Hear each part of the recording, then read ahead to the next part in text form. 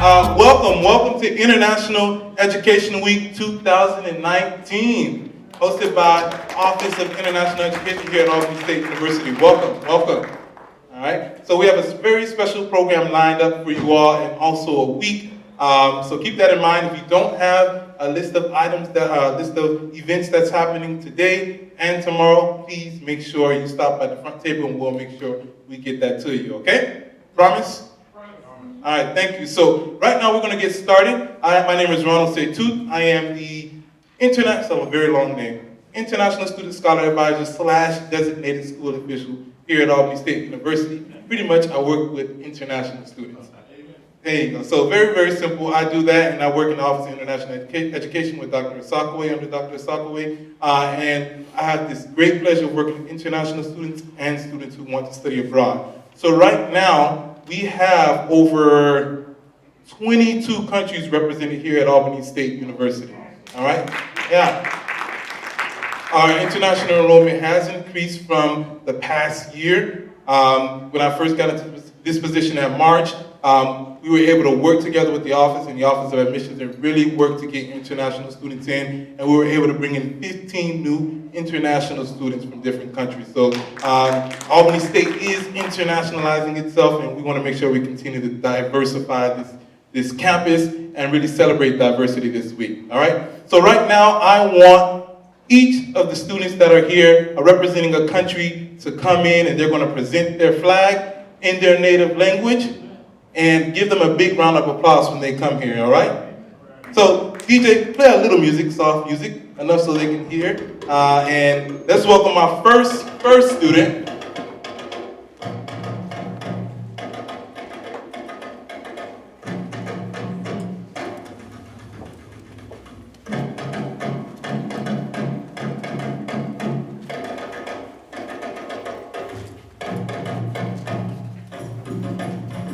Hello, I am Arikana Chihombori-Quao.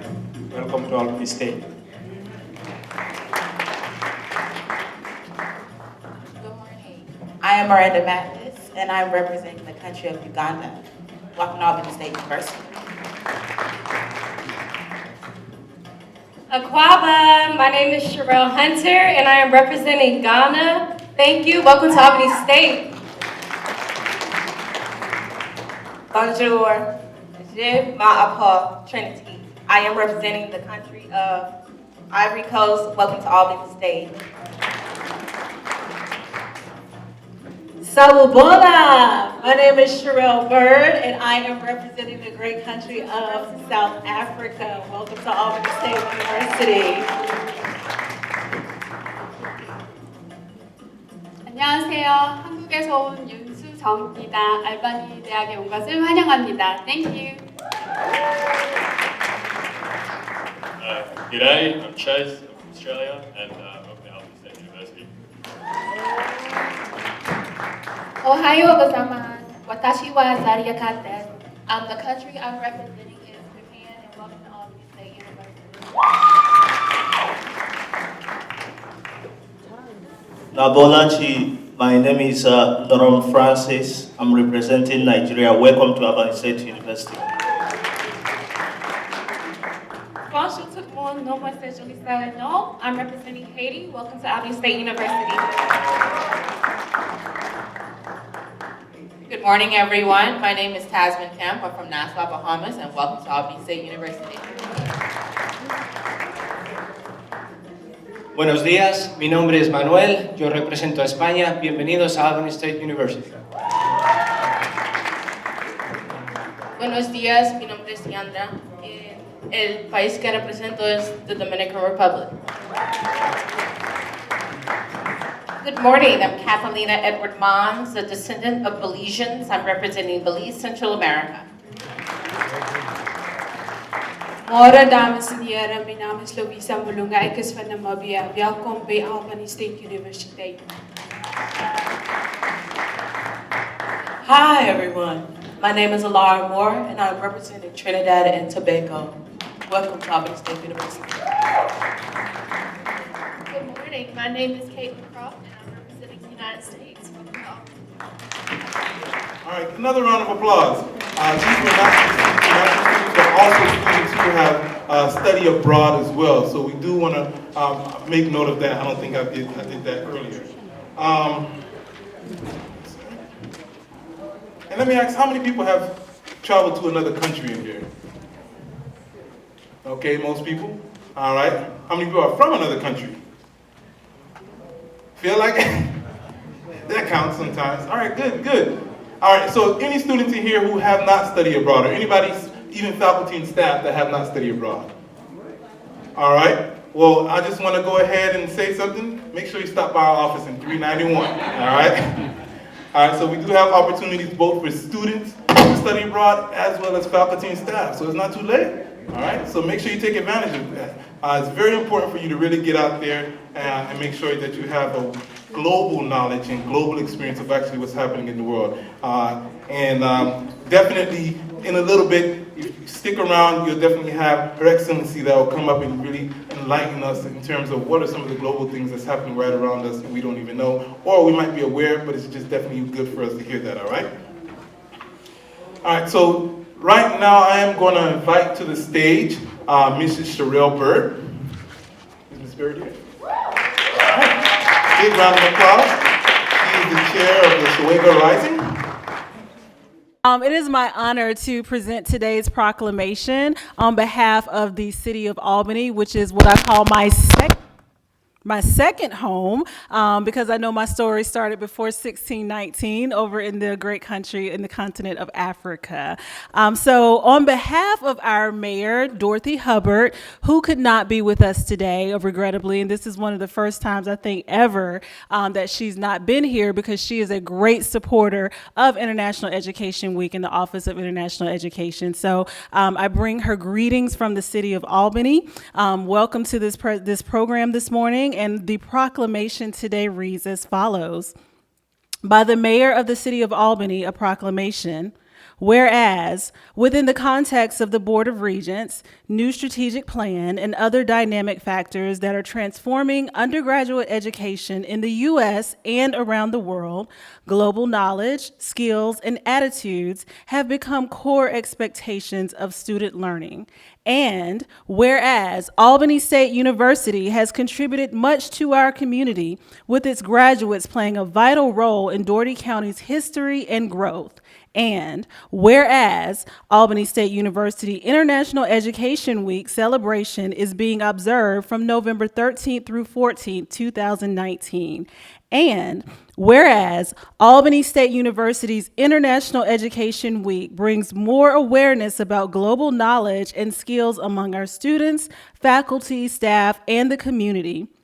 And whereas Albany State University will closely work with the Board of Regents of the University System of Georgia in bringing out all the changes required to meet the current challenges of preparing students for success in the 21st century.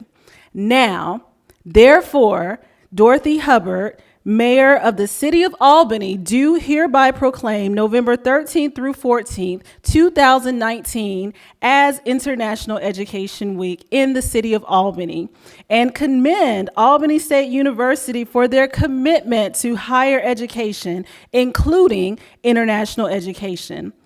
Further, we encourage the students, administration, faculty, and staff of Albany State University to continue in their endeavors to provide and promote international education, in witness whereof she sets forth unto her hand and cause the seal of the mayor, Albany, Georgia, to be affixed hereto. Thank you. Okay, so now we are going to do some welcoming remarks for some of our students here at Albany State University. We have great students here, and I want to welcome you, some students who will come up and give some remarks on behalf of the Office of International Education. All right. Ekaro. Bawoni.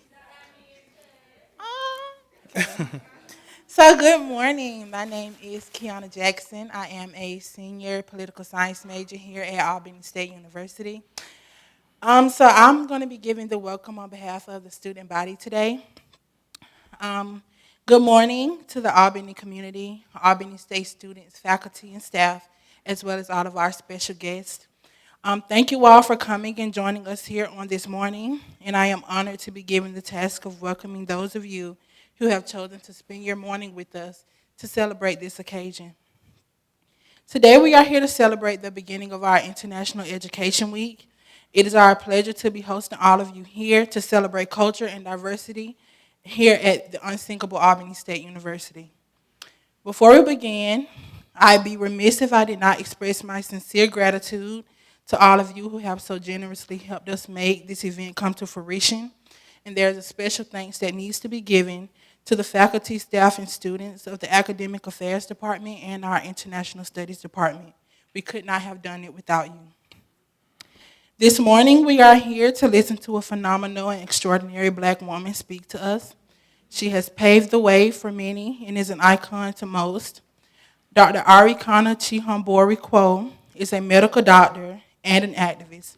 She is a public speaker, an educator, a diplomat, founder of several medical clinics, and an entrepreneur. During her tenure as an African Union ambassador, she made a career for herself as a voice for those who had no voice, and she has done so unapologetically and with ferociousness. She has used her platform to speak out against neocolonialism and Western aggression in the homeland. She has marked herself as an icon. As a businesswoman, I strive to emulate her, and as a Black woman, we honor her. On this morning, I humbly welcome you to watch and listen to a historic woman take us on her journey and tell us her story. Welcome to Albany State University, and welcome to International Education Week. All right. Before we get to our keynote speaker, Her Excellency, I want to recognize and make sure we make time to recognize some very important executive administrators here on campus that have really supported the Office of International Education and wouldn't have happened without them. The Office of Academic Affairs. So I do want to make sure that we recognize them, and I want to give an opportunity for our provost, Dr. Peters, to actually come up and say a few words for us. So it's such an honor, definitely, for us to host Madam, Her Excellence, her beautiful, her whatever you want to call her, ambassador. Such an honor to have you here at Albany State University. But it's such a blessing for us to be here today to showcase the work that's been done relative to internationalizing the curriculum, the work that's been done relative to study abroad, and this entire community engagement piece that surrounds International Week here for 2019. And so what we're doing here at Albany State is we want to make sure that before each and every one of our students graduate, that they at least have an opportunity to know what it means to be a part of receiving a global education. We want to make sure that they, at least if they are not interested in going out of the country, that we bring the different countries to them, as we have done with the flags. And that's what International Week is all about. So some of our students see so many horrible things that are happening in other countries, and they get scared, they get afraid. They don't want to travel to those countries because of the things that they see on the television. Or their parents might not understand the importance of their child having this globalized education. And so for that reason, internationalizing the curriculum here at Albany State is so important. And Dr. Osakwe has done a remarkable job in receiving funding to internationalize the curriculum. So I'd like to thank Dr. Osakwe and her team for putting this on. But we're not pleased. Did you hear me, Dr. Osakwe? We're not pleased because if you look in your book, we have 42 students who have studied abroad. And Her Excellence, we have 6,300 students here. So we need some help, ma'am. We need some help. Community, we need your help. I've talked to the ambassador this morning, and she has a great plan that we are going to work with her on. So she told us about the Association of African Universities, and Albany State is going to be a part of that. And that means that we will be able to offer these opportunities, these study abroad opportunities, for thousands and thousands of Albany State students. And that is what this is all about. So again, I'd like to welcome you here. We're so excited about the week. We're here to support you, Madam Excellence, and we appreciate all of the experiences that you were going to bring to Albany State and the resources that you were going to bring to Albany State. Yeah. And again, thank you for the community for being here. Thank you. Another big round of applause for Dr. Angela Peters. That's great, exciting work that we all should be excited about.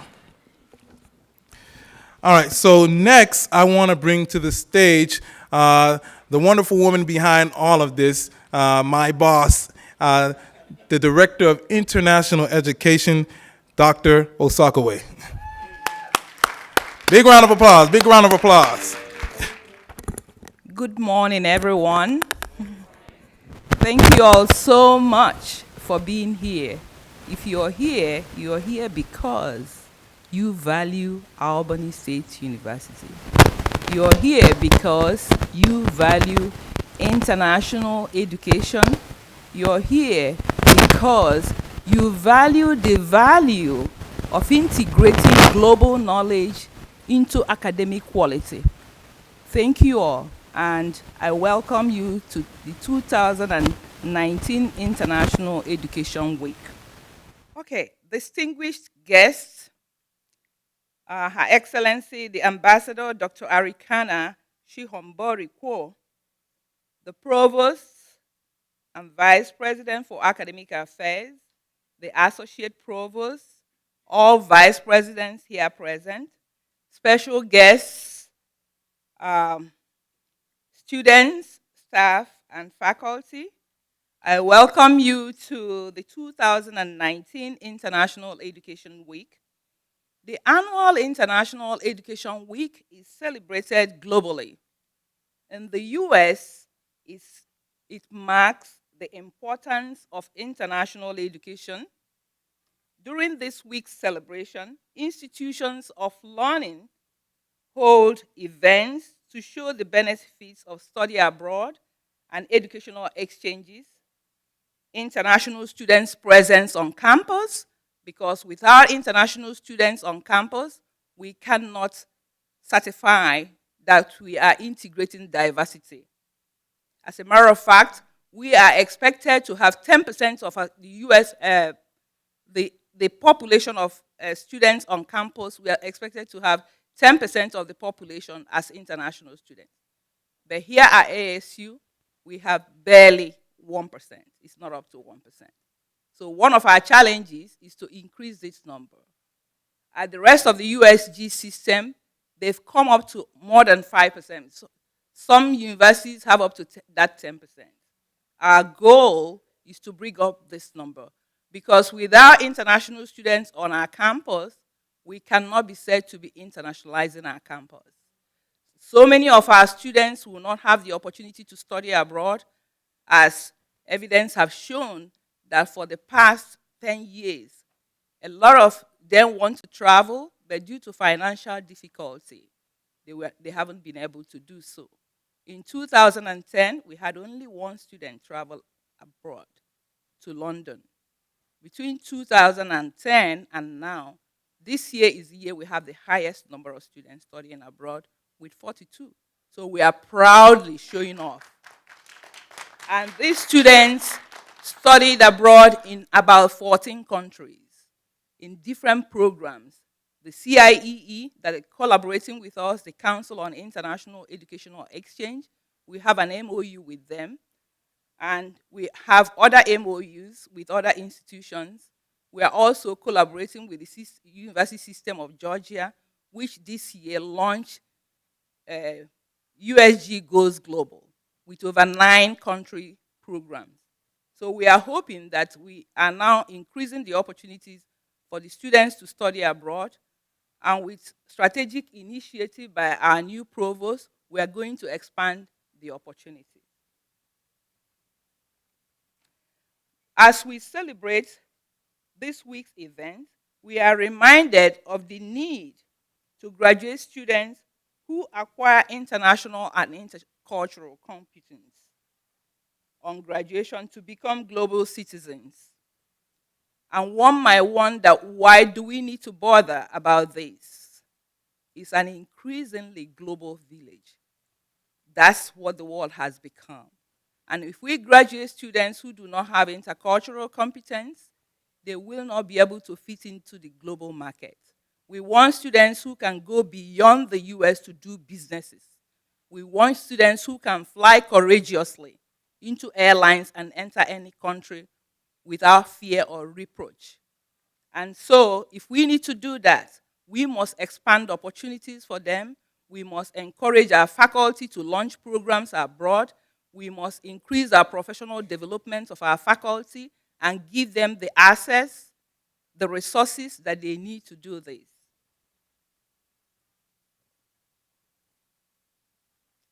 The events of this week will showcase all our efforts in international education. It is the best that we have so far, but we want it to be much, much better. And so we are creating more opportunities.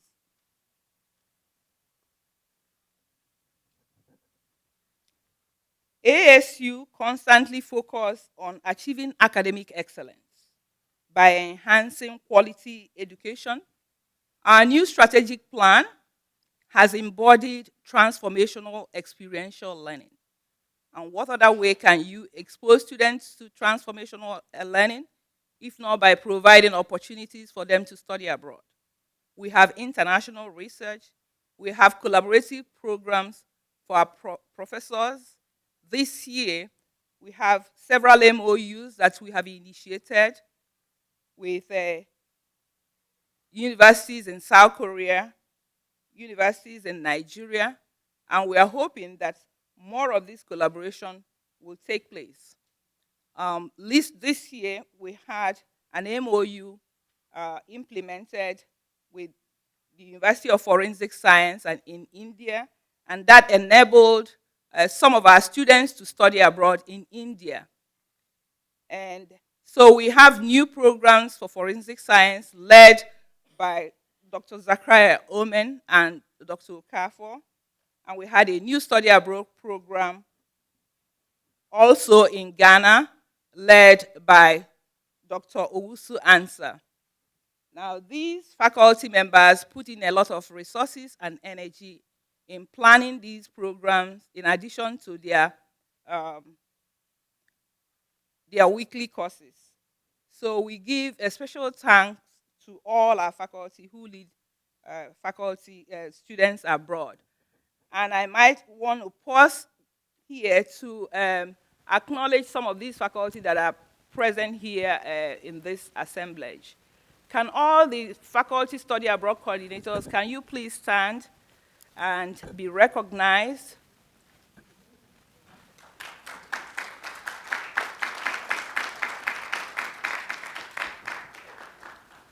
Okay, Dr. Mons have led the study abroad to Belize several years now, and Dr. Gibson, Annalise Gibson, started her program last year, and she's forging ahead to start new programs this year, and she's also launching a faculty staff professional development in Jamaica. And this is open to all faculty and staff, and even our alumni members, and even people from the community. So I want you to be aware of that, and if you're interested, please come to our office in 391 to be enrolled. We want to also recognize that amongst the students that studied abroad this year, we had a competition where we had them to showcase all that they've learned abroad, and a number of them put up their stand and presented their experiences abroad.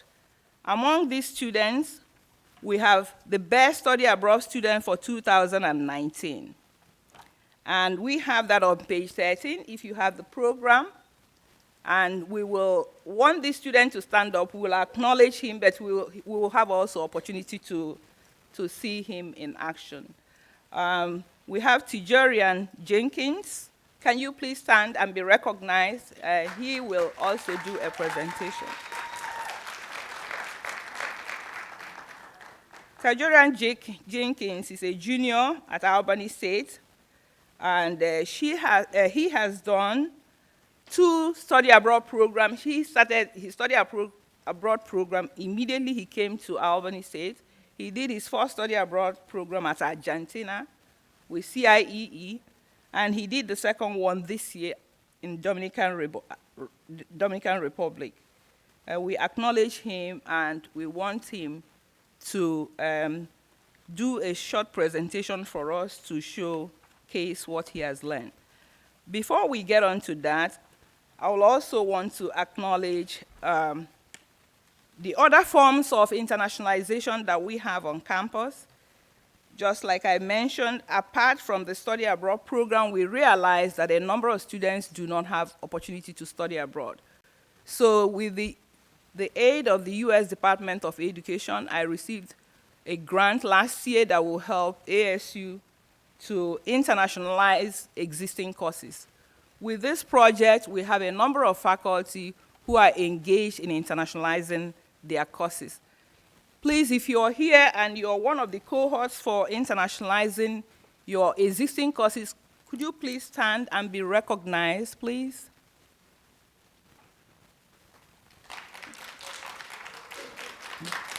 Okay. Thank you. So we have so many other things happening on ASU campus, and all of them are here in this booklet, and I encourage you to read through. For this week's celebration, we will have the cultural explosion in the evening, where we have exhibition of everything that we've talked about. We implore you to please join in enjoying the cultural explosion, visit the booths, and have the taste of food and culture that we have at ASU. We also would like you to help us in spreading the words about international education and the need to encourage our students to study abroad and to know more about the world. Thank you so much for coming. All right, so now we will have, of course, Tijorian Jenkins, one of our study abroad students, come up and do a small presentation for you all. Tijorian, please welcome.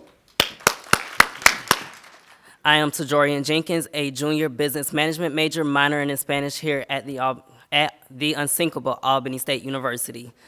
I've had the opportunity to study abroad twice here during my time, and as Dr. Osakwe mentioned, I went to Argentina last summer, and then this summer I went to the Dominican Republic. Both of those programs were focused around environmental studies, along with the focus in business and Spanish.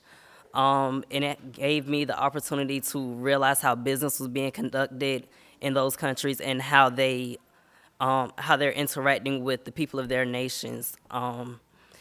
One of the main things that I took away from it was realizing how a lot of the companies in other countries and even here in the United States may exploit the environment in that nation and also exploit the people of those communities.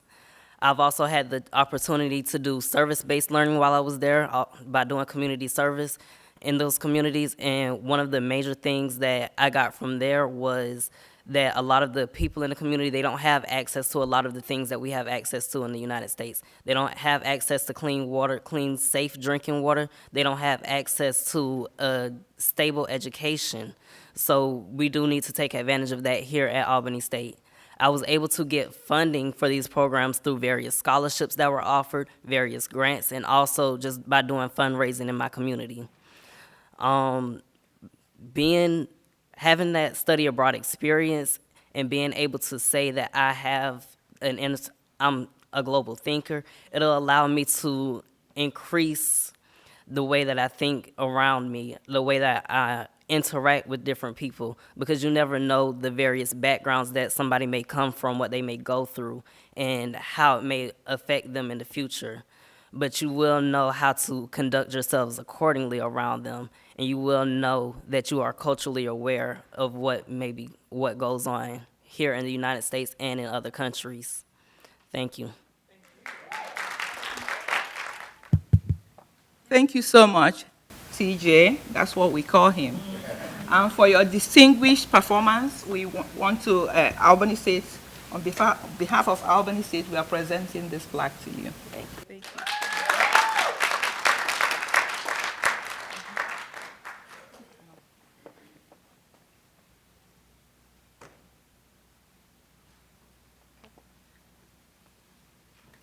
We want to also go ahead and present plaques to the first study abroad coordinators who did their first study abroad this year. And we want to call on Dr. Zachary Omen. He did his first study abroad in Forensic Science University in India.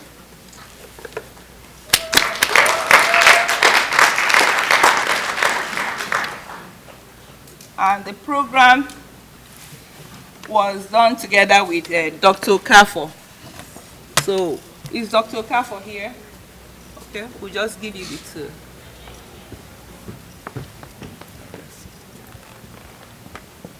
For you and Dr. Okafor. Okay. Go ahead.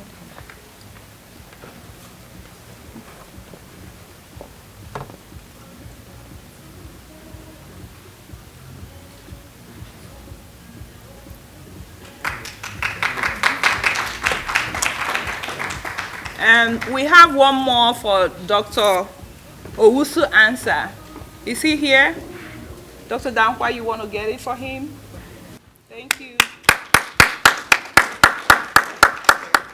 Dr. Owusu Ansah took students to Ghana, and they had program in Accra, Cape Coast, and Kumasi.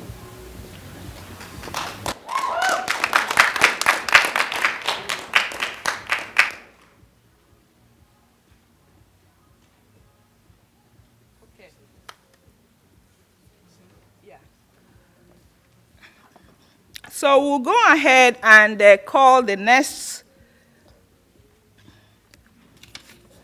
presenters. Like I said, we have several formats of internationalization at ASU. And annually, we have our students serve as delegates for different countries. Last year, we had them serve as delegates to Kenya. This year, we have them serve as delegates to Ghana. And here to talk about that briefly, I invite the advisor of the program, Dr. Dankwa. Provost, Dr. Angela Peters, and our Honorable Ambassador, Dr. Quao. Yeah, my name is Kwame Dankwa. I'm a professor at Auburn State University in the History, Political Science, and Interdisciplinary Studies Department. Sure, I've been preparing students for these model sessions, Model United Nations and Model African Union. These are simulations where we train students to take the role of real-time ambassadors, diplomats, and heads of state. It's what we call experiential learning, what Dr. Sakwe referred to.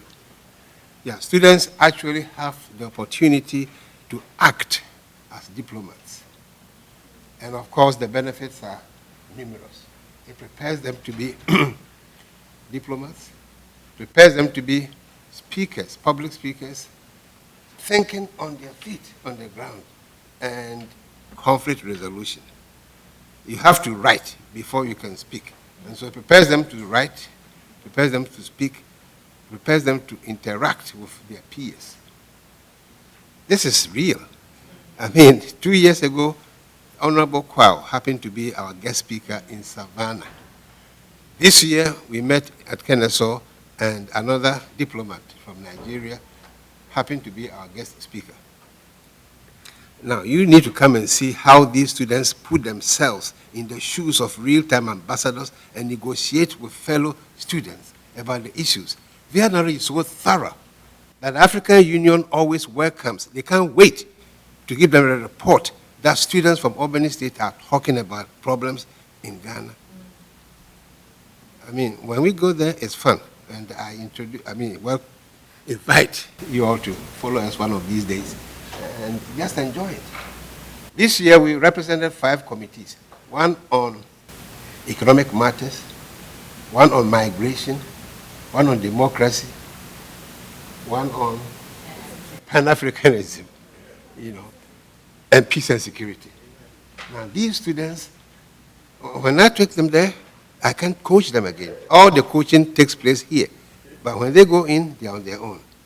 So we represent Ghana, and we get a chance of meeting with other students from other countries. Each of the 32 university system schools is represented. So our students get to mingle with the others and debate the issues. Okay, this year, 2 of our students got outstanding award. These are Ms. Miranda Mathis, who was in the Committee on Economic Social Matters.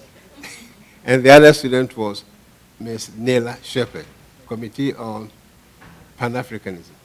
Democracy, so many committees. But overall, everybody won an award. Each of the 6 students won awards, but these 2 were outstanding. So let's give them a hand. So at this stage, I will invite the students to the floor and let them share their experience at this year's Southeastern Model African Union, hosted by Kennesaw State University. How you doing, Albany State University? So I'm Ronisha Scott, and I had the pleasure of doing the CMAL conference for 2 years, and got to work with these young ladies this year. Last year we represented Kenya, and this year we represented Ghana. One thing that I took away from the CMAL conference, we got to mingle with students who actually come from Africa and get an education here. And we opened the floor up to stereotypes and what they teach us in America as far as Africa, and what the kids that came from Africa, or young men and young women who come from Africa, the stereotypes or what they think of us. And it was a really genuine setting where we broke down those stereotypes, because growing up in America, we only know what we are taught, what we are conditioned to see. So that was an awesome thing. And also, we were only one of 2 public HBCUs in the room. There was a private HBCU there, but just, letting and proving to ourselves that we belong in the room also was also something that I took from the conference. Good morning. My name is Trinity Watson, and this past weekend I had the incredible opportunity to represent Albany State University in the Southeastern Model African Union. There, I showcased the multitude of skills I have learned while attending the unsinkable Albany State University. Additionally, I learned so much from people just like me, people who practice the same culture as me, people who talk like me, people with the same skin complexion as me. Strong, intelligent, just downright extraordinary Black people. The confidence I gained from seeing my people showcasing Black excellence is just so powerful. The conference was truly amazing and enriching.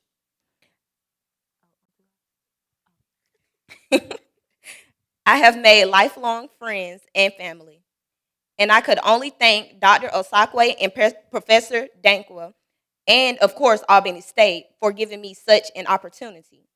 I look forward to going on more trips like this, and I cannot wait for next year's African Union.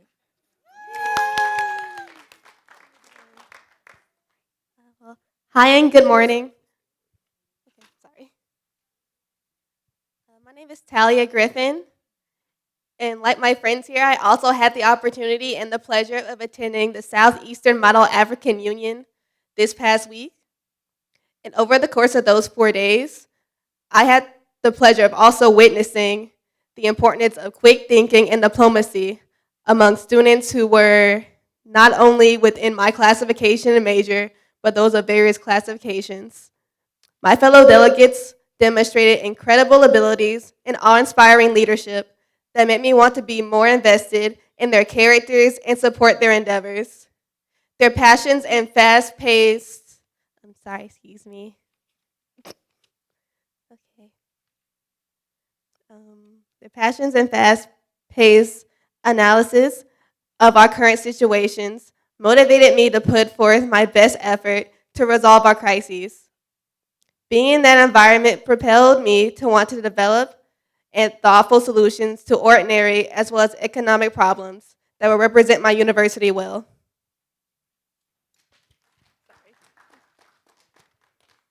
Something the second speaker forgot to mention, Miss Trinity here, is that she's actually, that she was actually a dual enrollment student. So she's not even technically in college yet, and she went and did this. She's 17 years old, so.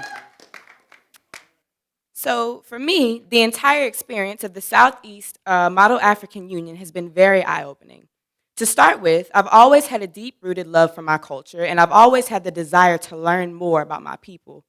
Not just my people in America, but my people back home as well. We were all assigned the country of Ghana, and my committee was the Democracy Committee. My task was to basically come up with methods and programs that could be implemented in order to stop corruption. First, we attended a few brief meetings that were intended for us to become more familiar with our task and our purpose. Sitting in this meeting, it all seemed to make sense. However, when all of us were tasked to actually write our resolution, that's when things became a little difficult. You'd be surprised just how challenging it is trying to come up with ways for an entire nation to combat corruption within their government. After some time, though, we were able to pull it together and to come up with great ideas. Fortunately, the conference went well. The first day was a little shaky for me because I wasn't entirely confident in my own resolution. I was surrounded by students that seemed to know everything about everything, and I only seemed to know some things about some things. This feeling subsided, though, and by the second day, my own ideas were being incorporated into my committee's final resolutions. In the end, I even won an award for leadership within my committee. I was also fortunate enough to have learned about different countries in Africa, not just Ghana. Not to mention that some of these students were actually from some of the countries we were representing, so it just made things all that much better. Overall, it was a beautiful experience, and I intend to participate again in the near future. Good morning. My name is Miranda Mathis, and I represented Social Matters. I've always had ambition to be the change in the world that I aim to see. The Southeastern Model African Union Conference granted me this experience in the most fulfilling way. I connected with my purpose, and I connected with myself, not just personally, but academically and professionally. I connected with my purpose last week. I received hands-on training on diplomacy and global competence. I was granted the rare opportunity to engage in healthy dialogue with not the leaders of tomorrow, but the leaders of today. We discussed our differences and similarities and made the pledge to vigorously make the changes necessary for a successful society as a whole. I connected with my inner greatness, and I realized my global position and the power of my voice and my thoughts. Most times you get insecure, wondering if you deserve a seat at the table. But this conference taught me how to build that table, build my seat and pull up. I was reintroduced to my strengths and my passions as I learned about policies and compromise. I was faced with new confidence, and now I have the chance to bring in the change in this world that will be intangible, unstoppable, and like my university, unsinkable. Just like the great Albany State University gave me these tools, so did this conference. So much success. And most of us were first year. Renisha was the only vet we had. So a lot of us were learning this process as we went through this process. I went through a reformation academically, professionally, and personally. And I thank Albany State for giving me this opportunity genuinely. Thank you.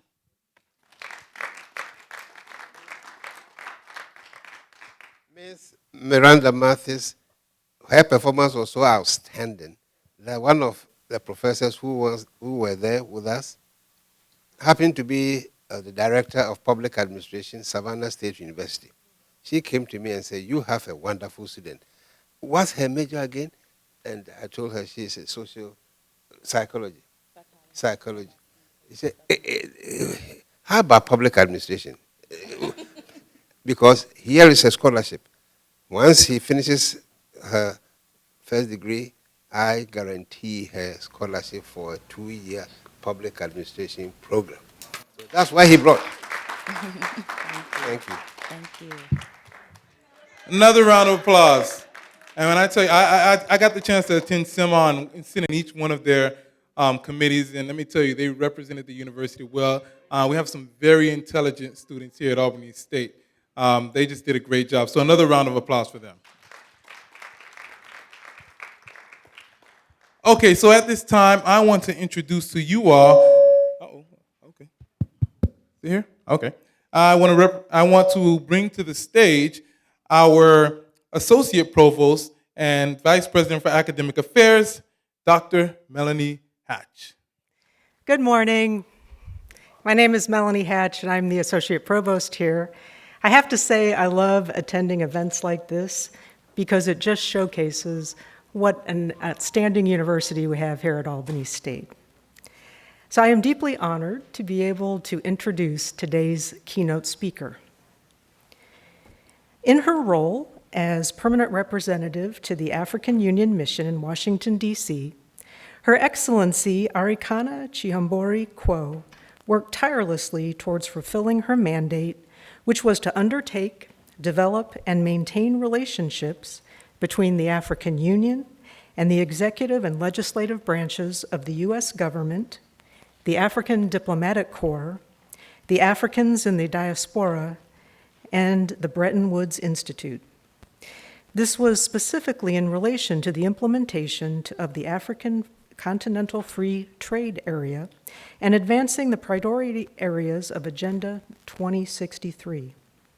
In fulfilling this mandate, she brought renewed energy to the AU mission, as well as new ideas and programs that were implemented since her appointment in 2016 through her departure in 2019. Her efforts in mobilizing the diaspora of people of African descent and not as citizens of any single African country is unprecedented and exemplifies her ability to unify people around a common goal, speaking with one voice as one Africa and one continent. Additionally, Her Excellency Ambassador Arikana Chihombori-Quao has been actively involved in various programs and projects in the African Union. In 2012, she became the chair of the African Union African Diaspora Health Initiative, where she was involved in mobilizing health professionals to assist in addressing the healthcare needs of the African continent.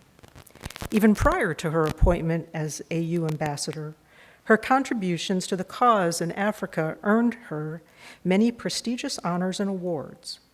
Two of her most cherished ones are the Achievement Award that she received in 1996 from incumbent president at the time, His Excellency, the late President Nelson Mandela, and the African Woman of Excellence Award in July of 2015 at the AU Summit in Johannesburg, South Africa.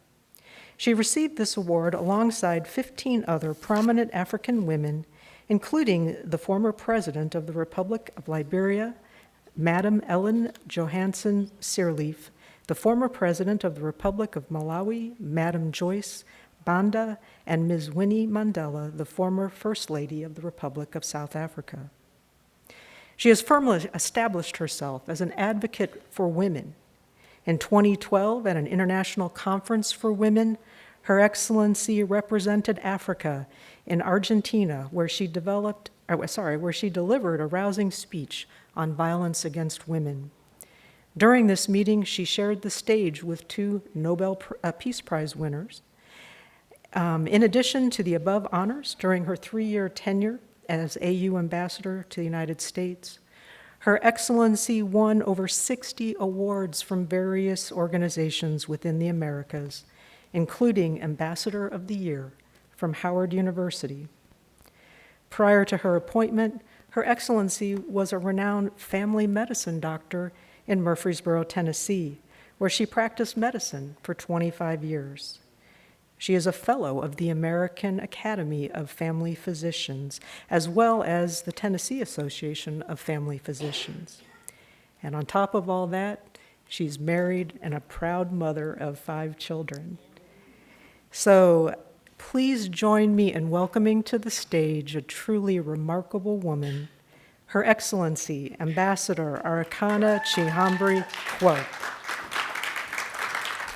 A very good morning to all of you right here in the historic city and University of Albany State. To the Provost and Vice Provost, to my sister Dr. Sakwe, distinguished professors, the amazing students, thank you so very much for having me. My name is Arikana Chihombori-Quao. I am a proud product of 2 amazing HBCUs.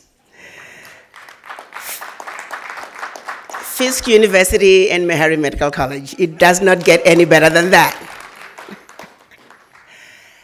I was appointed to the position of the African Union Ambassador in 2016 by the then chairman of the African Union, Madam Zuma.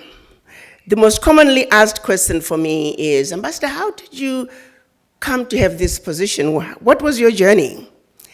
And I always say, I was minding my own business in bed one morning, and I remember exactly, it was 3 or 5 a.m.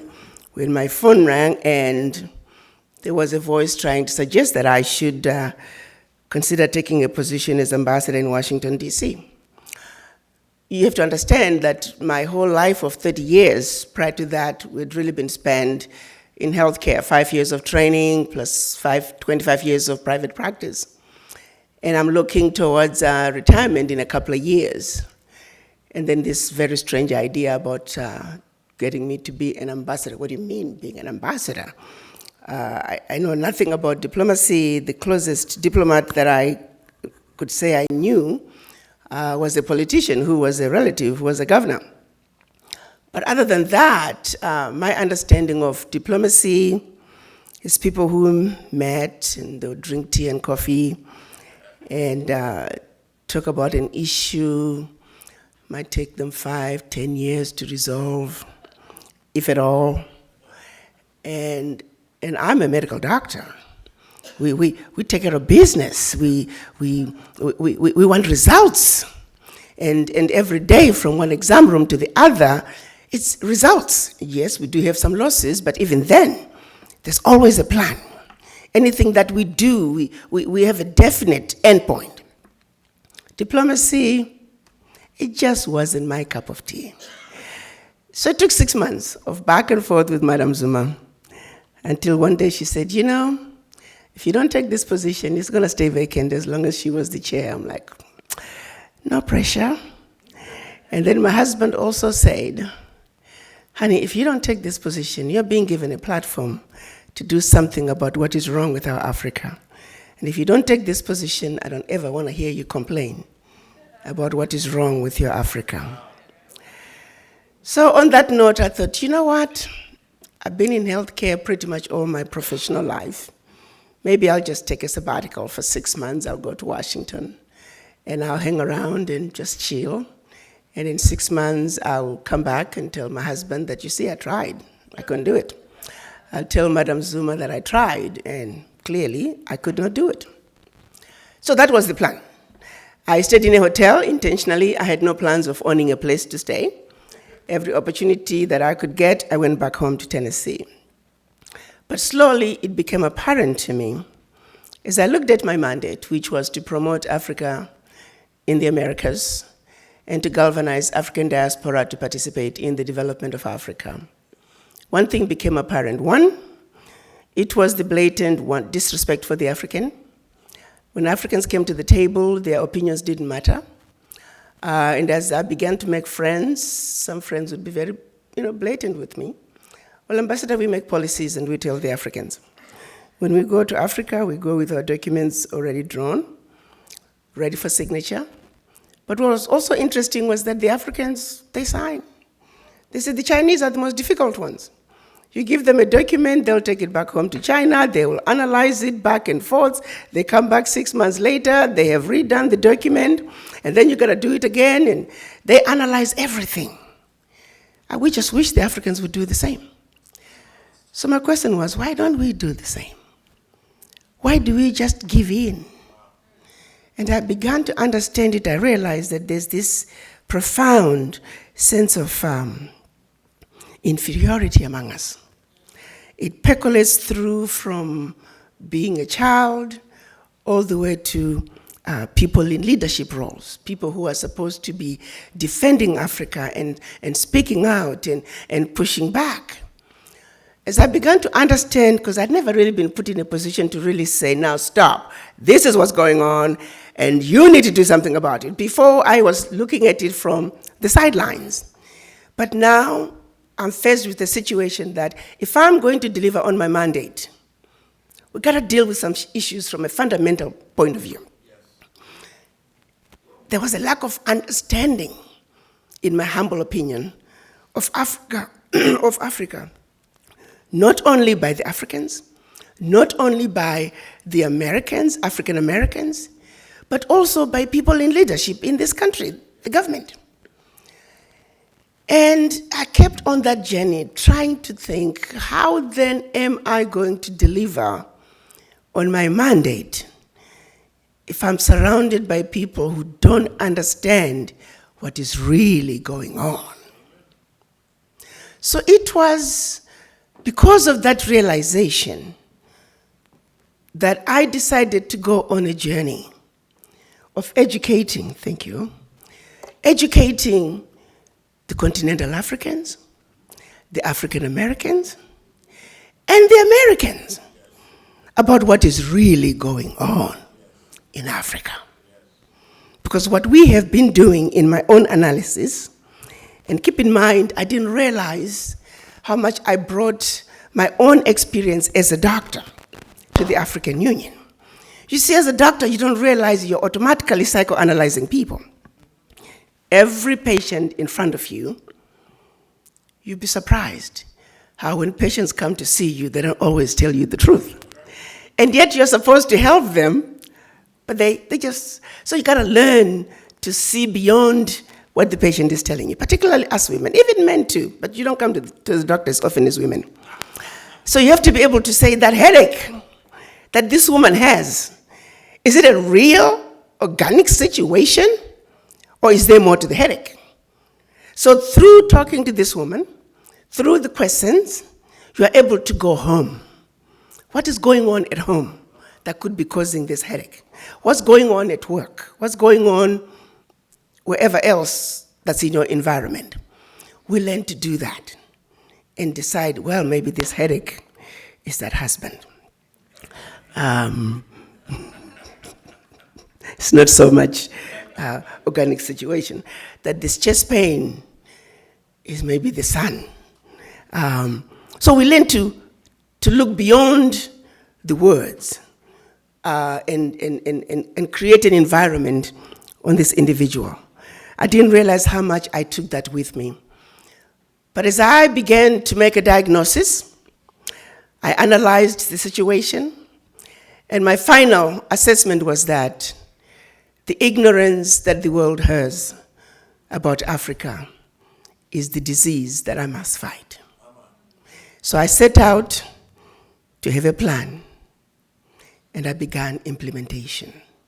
Because it is only when that disease is treated, it is only then and only then can we embark on a true healing path for Africa and her children.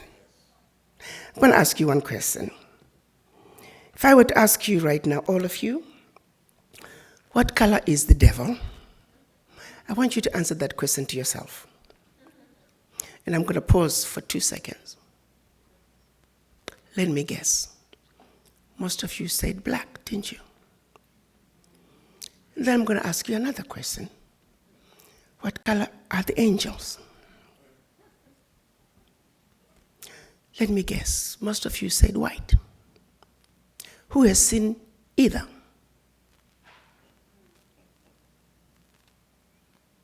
And yet we accept it. So you take a group of people, you say the color black is associated with the devil, everything bad is black, you wear black to go to funerals, the villains in the movies are black, everything undesirable is black. You take a group of people and say, you too are black.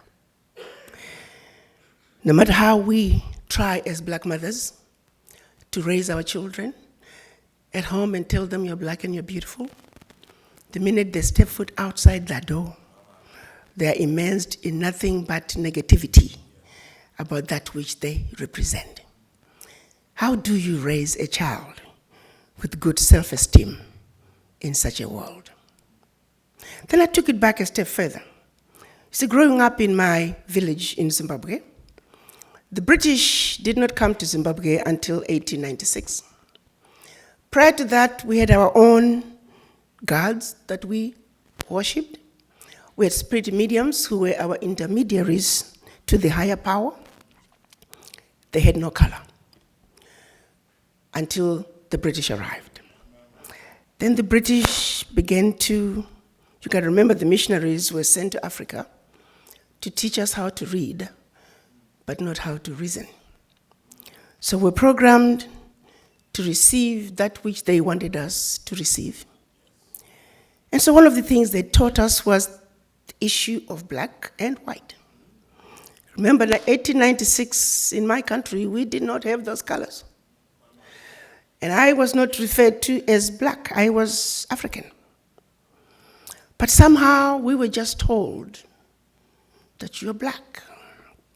And then the other race is white. And then the other race, you take white color, you say white is pure, the angels are white, you wear white to go to weddings, you wear white for christening, and then you take another group of people and say, you're white. So the children are raised that you're beautiful, everything that you represent is perfect, and when they step outside the door, the world validates what they are being told at home. Now you take these two children. One is surrounded by nothing but negativity about that which they represent. The other is surrounded by nothing but positivity about that which they represent. How do you expect these children to look at themselves as equal? These are some of the subliminal messages that are being passed on to our children. And in my own assessment, and when you look at it from the African point of view, it explains why some of our leaders, people who are supposed to represent us, when they sit across the table with others who don't look like them, they automatically feel inferior. It is a serious problem. It affects our ability to feed our children as mothers. It affects our ability to provide for us children to go to school, provide good healthcare systems, provide good infrastructure.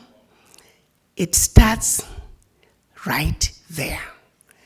The failure to stand up and defend that which you believe in, and defend that which is blatantly wrong. 1884, after the colonizers had been running around our continent of Africa,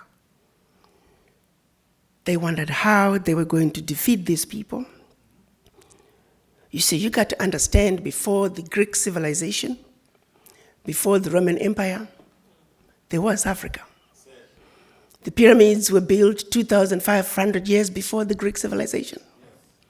Have you ever wondered why the Greek philosophers the mathematicians?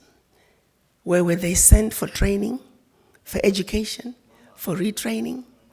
They were sent to Africa. Why were they sent to Africa? Because civilization as we know it began in Africa. Civilization was in Africa before they had it in Europe. You see, the history books choose to begin history from here going forward. What they don't tell you is that even the English language is based on the Yoruba language. Humanity, as we know it, began in Africa. Without the African, there would not be any other races. It's just a simple fact.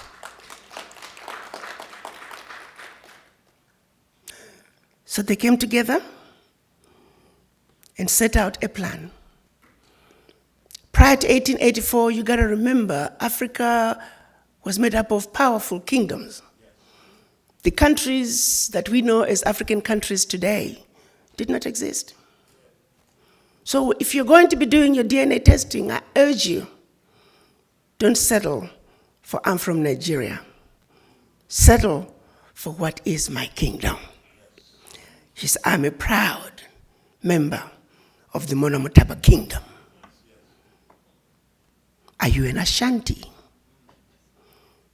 Are you from the Benin kingdom? That's who we were before the Berlin Conference. So why did they meet in 1884? At the invitation of the then Chancellor of Germany, Bismarck. Bismarck said, let's all come together. We, the colonizers. Because keep in mind, at that time, they were beginning to fight each other over how to distribute what they had looted from the Africans. So you see the French would loot from the Africans, then the British would come and then loot from the French, what the French had looted from the Africans, and then the Belgians would come, they'll loot from the British, what the British looted from the French, that the French looted from the Africans. They were getting ready to have a European war on the African soil. So Bismarck called his sidekick, the then King of Belgium, and said, let's meet in Berlin.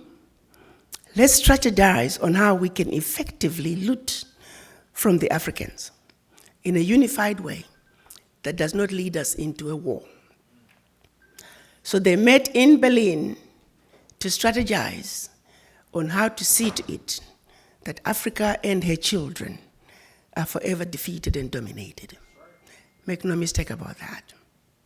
I repeat, they met in Berlin from November of 1884 to February of 1885 to strategize on how to effectively see to it that Africa and her children are forever defeated and dominated. That was 135 years ago. Fast forward 2019, the strategy remains in place today. History tells us that they set across from big old map of Africa. They proceeded to chop Africa up into tiny little economies that we see today. Tiny economies that clearly cannot survive on their own. Tiny economies that should they survive, like black people always do, they're easy to destabilize. And then after they chopped up these little countries, they often say the divisions were so arbitrary that husband and wife were in bed, and when they woke up in the morning, the husband was in Zambia and the wife was in Malawi. And the assignments of these countries to the colonizers were also done in a way that they would provide maximum destruction. I often say, have you ever pictured driving from Zambia? You're speaking English. Pretty soon, you're in Angola. You're speaking Portuguese. A little north, you're in DRC. You're speaking French. Go a little west, you're in Equatorial Guinea. You're speaking Spanish. A little further north, you are in southern Cameroon, you're speaking English.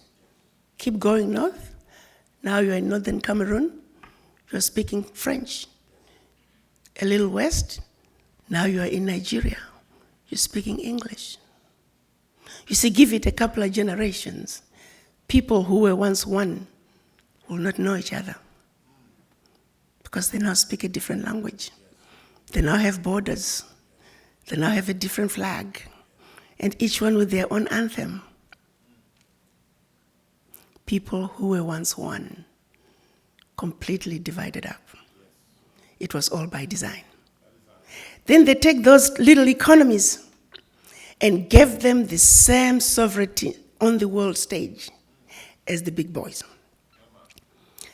How do you take Central Africa Republic and put Central Africa Republic on the same stage with China and say negotiate? How do you take Malawi and put Malawi in the same room across from India and say negotiate? How do you take Djibouti and put them in the same room with the United States and say negotiate? Africans are defeated before the game even begins.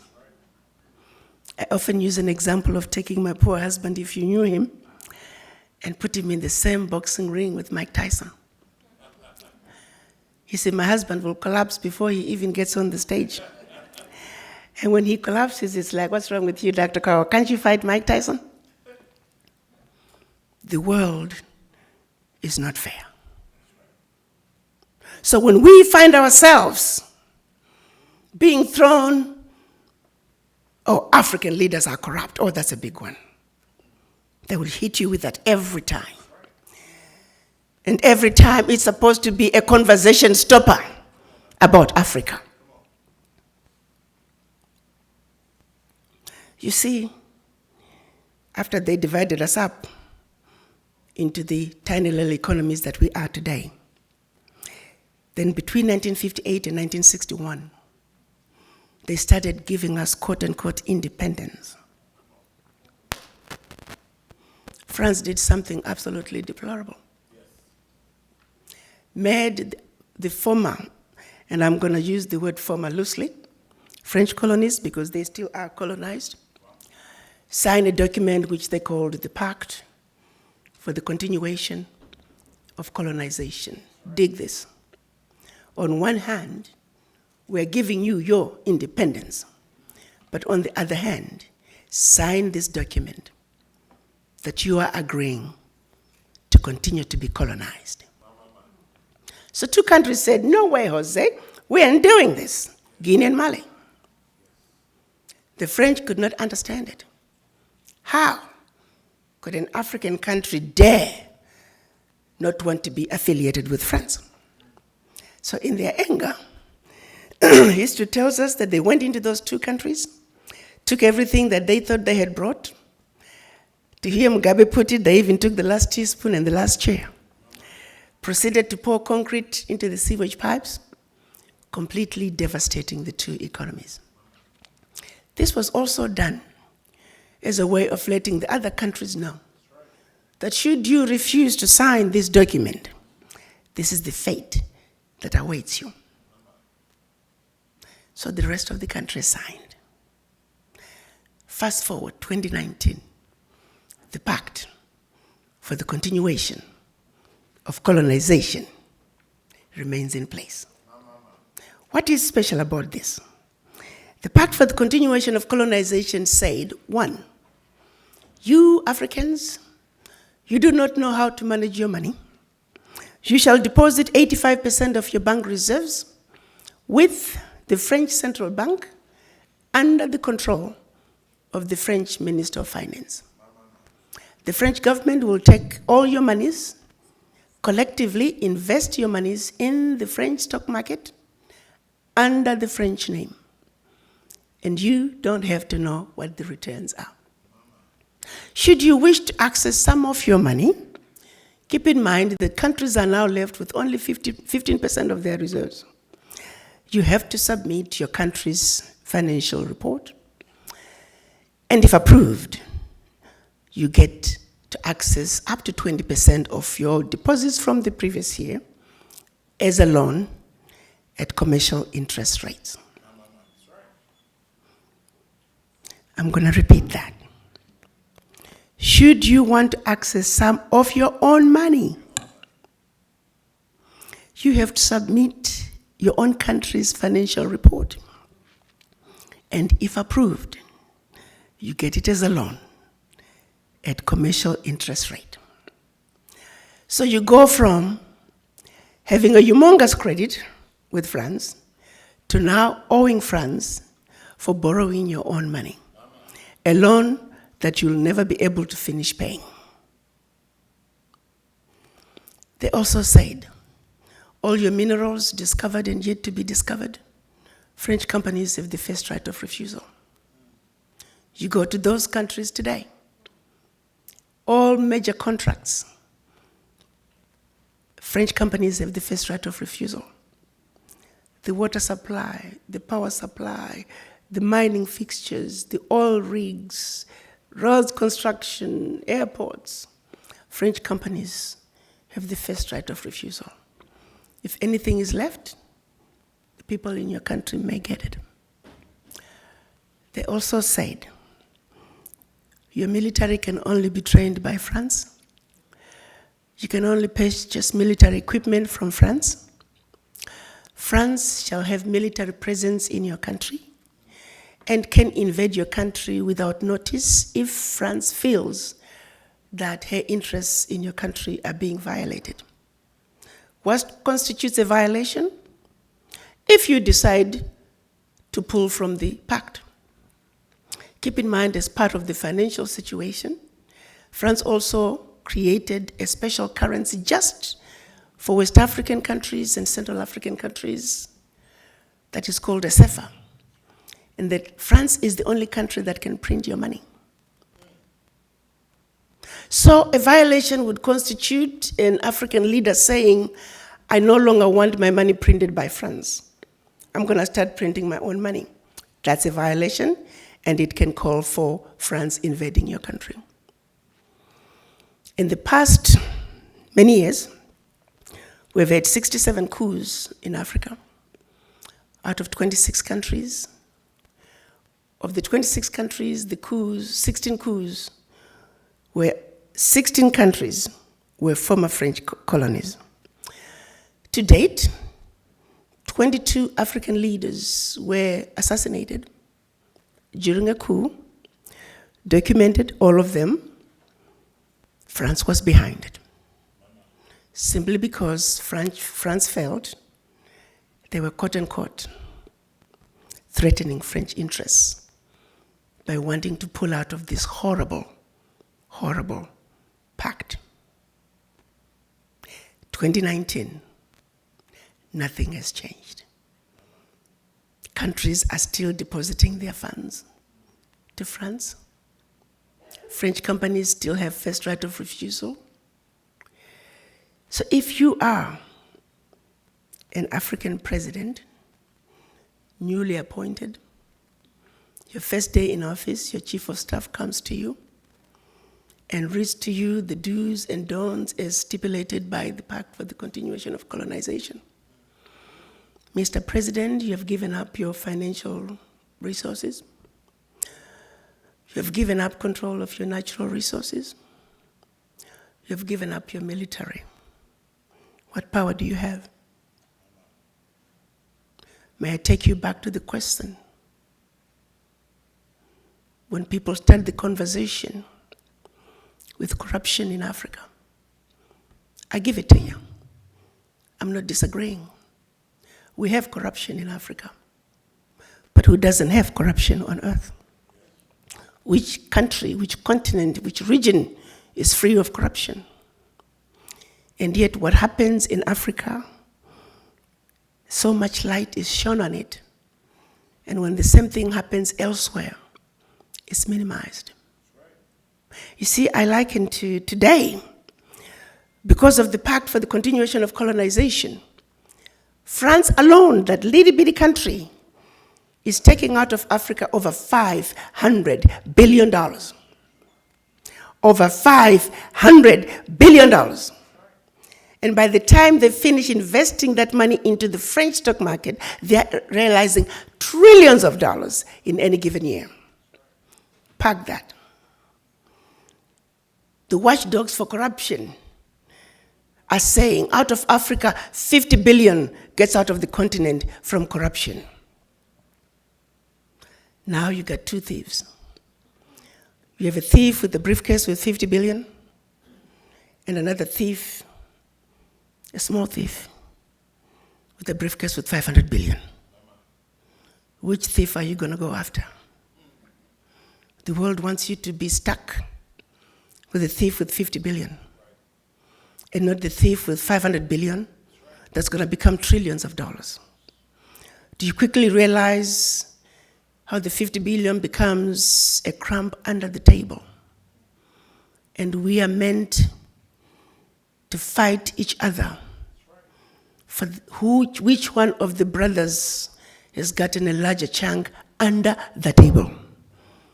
So that way we never have to get on the table and talk about not a 3-course meal, not a 5-course meal, not a 10-course meal. I call it a 100-course meal going on the table. The question I have is, why has it been so difficult for us as Africans to say enough is enough?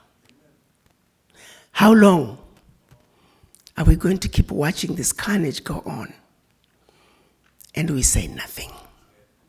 It goes back to the mind. It goes back to that fear. It goes back to that sense of inferiority. And I go back to the diagnosis I made when I went to Washington. That until we black people understand that we are suffering from the legacy of colonization, that we are suffering from the legacy of slavery, that while we may have lost the shackles in our legs and our hands, the shackles of the mind continue. Until we realize that we are a wounded people and we need healing, nothing about our circumstances is going to change. We are sick people. But to be sick, first you must realize and accept that you're sick. How do you go to the doctor if you don't think you're sick? We are not only in the doctor's waiting room on an outpatient basis. We are not even in the hospital in a general ward. As black people, we are in the intensive care. And we need to realize that.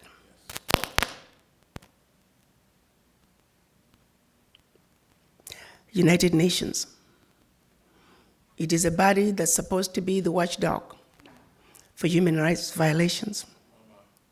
France is on the UN Security Council.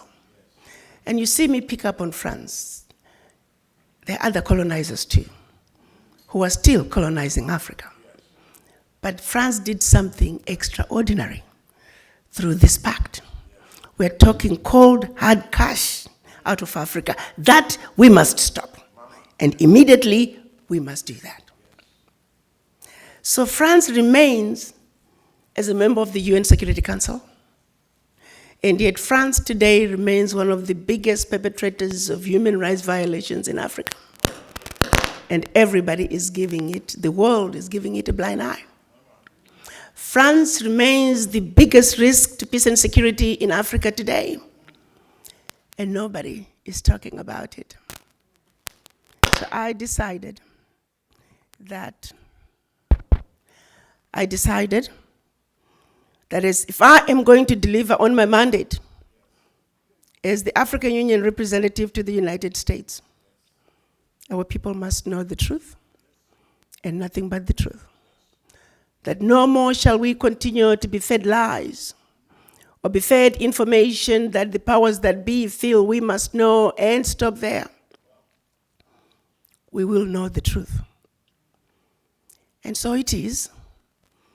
My first video was addressed to the African diaspora to precisely put things in perspective, starting with the Berlin Conference, the Pact for the Continuation of Colonization.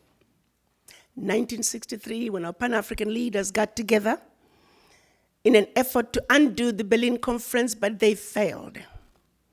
Because when they went to Addis Ababa at the invitation of Emperor Haile Selassie, they were divided. We had the Pan-African group that said, Africa for the Africans, African Union now. There were only 7 countries: Ghana, Guinea, Mali, Egypt, Morocco, Algeria, and Tunisia. The rest were the nationalists, the Monrovia group. They said, let's go slow. So it is, they won. We often say Africa lost when the Pan-African group, the Casablanca group, lost. Year in, year out, the leaders came up with a compromise which they called the Organization of African Unity. They meet twice a year to discuss issues pivotal to the continent. The issue of an Africa speaking with one voice was tabled at every summit. And year in and year out, they failed to reach consensus until March of last year, 2018, when we finally agreed on what we are now calling the African Continental Free Trade Area, where Africa is now saying enough is enough. Africa must speak with one voice. That's the only way for Africa to take her place on the world stage, is when Africa enters the world stage as one giant Africa. So it is July this year, the African heads of states officially launched the African Continental Free Trade Area. And beginning July next year, Africa, the sleeping giant, will enter the world stage as one customs union.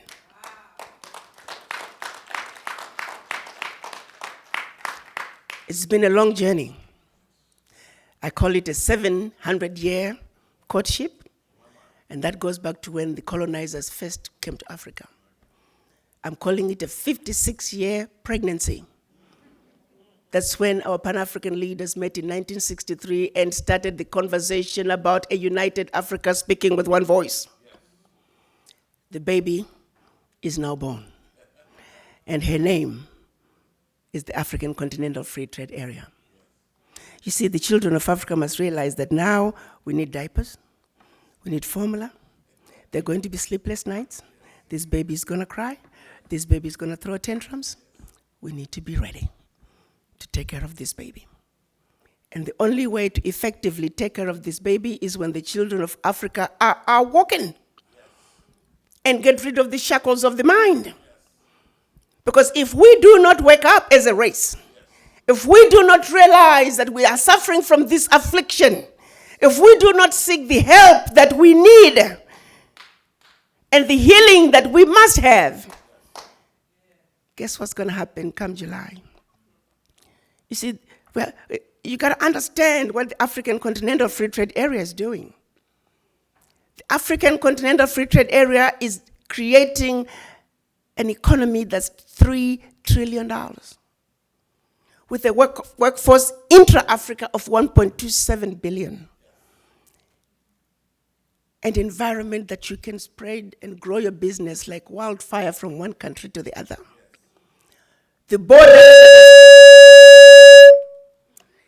borders that have kept us from trading with each other as African countries are in the process of being melted as we speak.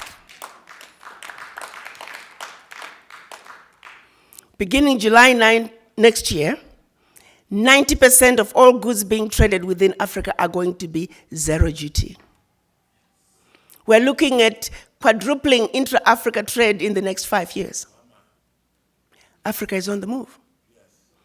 The question is, are the children of Africa ready to step up and take what is rightfully yours? You got to understand, around the globe, as black people, the reason we are so disrespected is because we're poor. Most of us don't own anything. Singularly, while we were given our independence, the one thing that was denied from us is economic liberation. The African heads of states are saying, African wealth belongs to the African children. The African Union defines African diaspora as all people of African descent living outside Africa. The African Union is calling on its children to come home and, for a change, build the Africa that you want. The colonizers have been building the Africa that they want. The game is up. You see, you don't go to China and find black people driving the Chinese development agenda. You don't go to Europe, you don't go to Mexico, India, and find black people driving those regions' development agenda. The reality is, you must not, cannot, should not, and golly, will not go to Africa and find non-Africans driving the African continental development agenda. Unless, of course, you, the children of Africa, the inheritors of Africa's wealth, choose to vacate that place that has your name. The choice is yours. The environment is ready. And so, I'm on a mission to see to it that we, people of African descent, truly understand our Africa.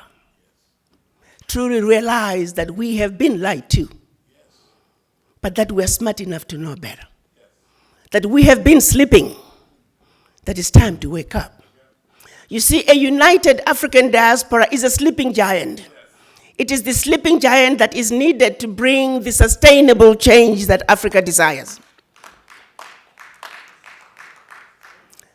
So it's beautiful to listen to our children talk about the African Union, the model African Union.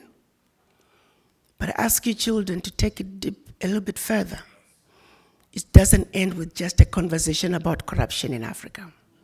The bigger corruption in Africa is coming from outside. Try flying low over the DRC.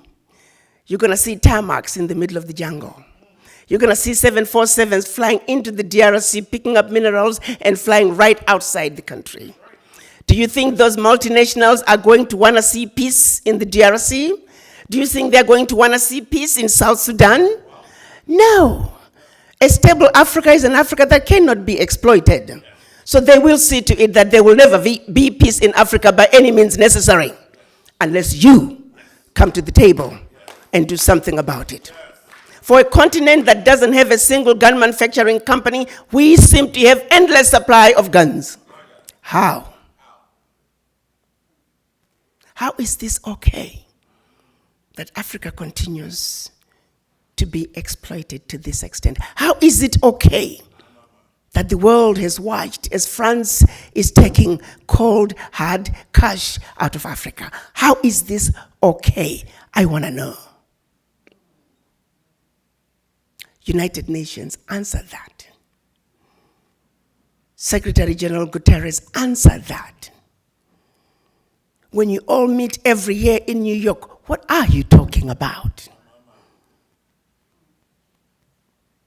That is our reality as black people. And only we can change that. I am very encouraged by the president of Benin. He has put in a formal request for all the bank reserves his country has deposited with France.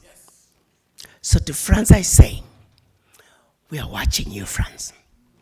There better not be a coup in Benin, because that is your modus operandi.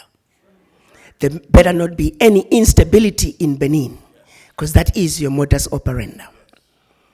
I'm hoping that the rest of the West African countries, quote unquote, former French colonies, can also demand a refund of their deposits. Africa is on the move. Let's join hands. Let's support those countries in what they have started. And since I'm standing here in a historical black college, that education and understanding is start with you, our youth. This is a fight that I know very well that we will not be able to finish. But golly, we want to make sure that you understand fully what is going on. So when we pass the baton, you understand the issues. No more shall we continue to be ignorant. Our eyes are open. We know our Africa. We are going to reconnect with our roots. African Americans, you must understand there is a void that is deep in each and everyone's subconscious. It is a void that affects everything you do. First, you must understand you have that void. In this country, with the exception of the American Indians, everybody is a foreigner. And everybody has their roots outside the United States. And the rest of the races are connected to their roots, with the exception of the African Americans. You're too busy running away from your roots. You're busy denying who you are. Well, guess what? It is what it is. You are an African, and Africa is home. And the sooner you wake up and realize and accept that Africa is home, the sooner you're going to fill that void. For as long as that voice is in you, you're always going to be like a ship without an anchor. The wind blows this way, here you go. The wind blows the other way, here we go. Find your base. Go home. Africa is where you belong. And Africa is where your roots are. Thank you. For that, we owe her a standing round of applause, please.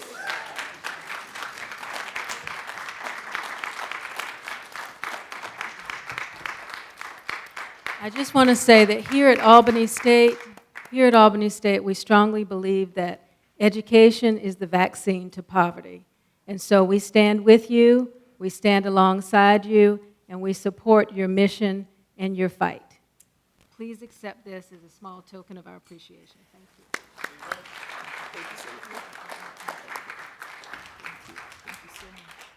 Actually, one other point that I'd started discussing with the provost, the Association of African Universities now have their offices in Washington, D.C. It's an association that represents 400 universities across the continent. With a one-stop shop, you can pretty much pick where you want to go in Africa. I would hope that, I told the provost that I will bring them back. The enrollment, we must expand the international study program, not only for students, but also for professors. This can be done very easily, and I'm on a mission. I will work with the professor to see to it that next year, we have as many of you students going to Africa. We want to establish, it should not be expensive. You see, white schools are very good at taking care of themselves. My kids, one of my kids speaks French like a Frenchman, sadly, because of the program that she was in. All we paid for was the airline ticket. Even the professors, I housed 3 professors every year from France as part of the exchange program. We can do this. We need to establish host parents. We need to establish host parents in Africa and here. The schools must commit to accommodation. There are organizations that when we work together, our students should never have to struggle. There are airlines that are making money out of going to Africa. Let's hold them accountable. There are businesses making money in Africa. Let's hold them accountable. There are very different ways that we can see to it that our children get to where they want to go. I want to give you my word. I am going to fight to see that our children go to Africa. And Provost, you have my word. Assistant, you have my word. We are going to Africa next year. Plain and simple. Thank you. All right, so now we are, just to move on with the program, just to respect everybody's time, we are now going to have a performance by the African Student Union.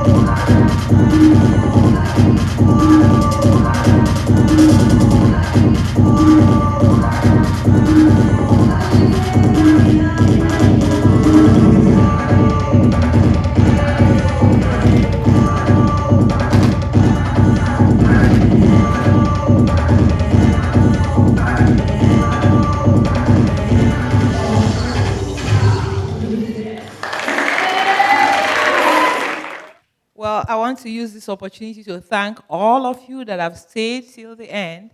We really appreciate your presence and staying through to listen to this great ambassador that is our keynote speaker today. And I hope we'll have more time to, if you, after the event, you can still ask some questions if you will. Thank you so much. Please note that the event continues. We have the cultural explosion in the evening, starting at 5:30 p.m., and that's going to be right there in BCB. And at that time, we are going to have a lot of cultural events. We're going to have food fest and fashion show and a lot of events. So please don't forget to be there in the evening. And tomorrow we are also going to have student panel discussion. And so be there with us. Thank you so much.